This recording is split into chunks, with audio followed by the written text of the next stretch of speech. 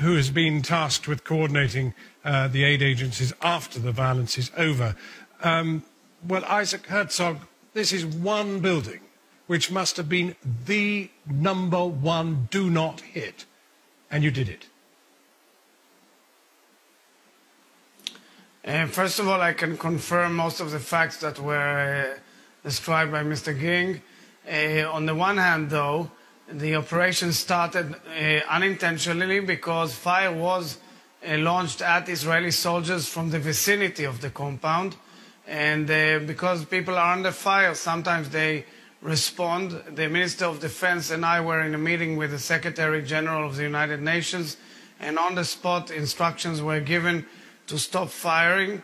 And thereafter there was an apology which was given to the Secretary General. You should know that there are over a few hundred of such compounds and sites around Gaza Strip. So it is a mistake. We apologize for it, but it's not the #1 site in Gaza Strip. It's very difficult to deal with because leaders all over the world have condemned this as an atrocity.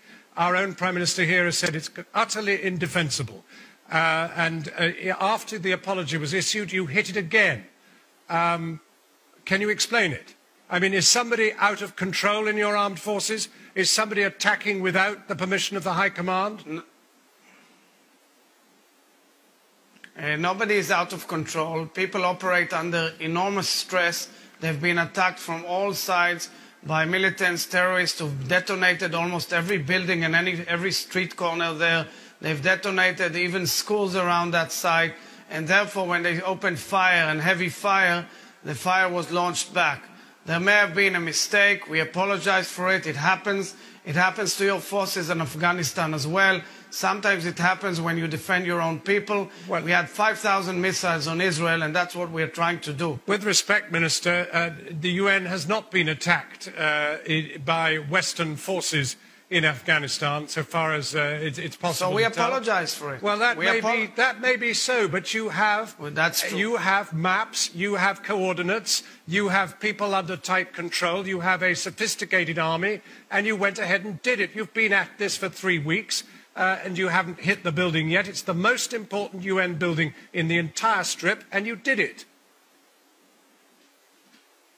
That's not true, first of all. And with all due respect, I beg you to, I think you have to look at it proportionately, because fire was shot from that area constantly, ongoingly, on Israeli soldiers and commanders who are trying to find those missiles. That is not what the commanders launched at families in Israel. That is not what the commanders told John Ging. I didn't say it from the compound. I said from around the compound. Yeah, no, he was not told that by the commanders on the ground. No allegation of that sort was made.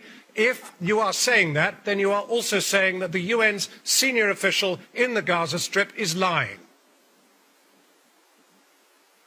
What I said was that according to our information, there was fire from that area around the compound. We are actually investigating this event, as was rightly said by Mr. Ging. We are investigating it, and you know that in Israel we take these things seriously, and we are looking into it throughout the chain of command. Minister, thank you very much for joining us.